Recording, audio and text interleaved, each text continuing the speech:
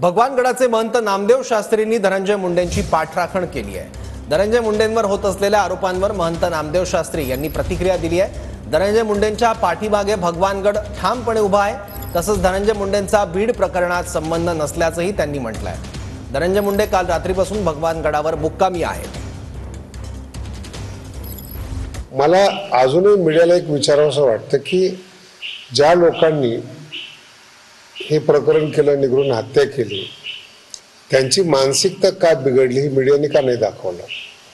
कारण की अगोदर त्यांना जी मारहाण झालेली आहे ते पण दखल घेण्याजोगी आहे असं मला वाटतं। आणि तो त्यांच्या गावातला बैठकीतला विषय आहे, त्याला सेन्सिटिव्ह विषयाला राजकीय हवा देऊन सामाजिक सलोखा बिघडला असं मला वाटतं। यातून असं तर ही दुर्दैवी गोष्ट आहे।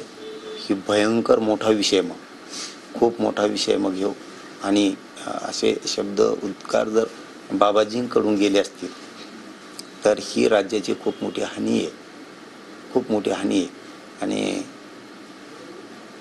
त्यांनी असं का कृत्य करायला ते तयार झाले म्हणजे खून केलेल्याचा आनंदही की काय असा त्याचा अर्थ होतो। आणि गुन्हेगारांना सोडून द्या असाही त्याचा अर्थ होतो। बोलण्याच्या वगैरे एखाद्या दिवस बोलले असतील, मला तर नाहीच बोलले वाटतं, बोलले असतील तर दुरुस्त करतील। आणि खंडणीवर जगणारे हे नेते नाहीत ना, ज्याच्यावर मीडिया आज आक्षेप करतो। गेल्या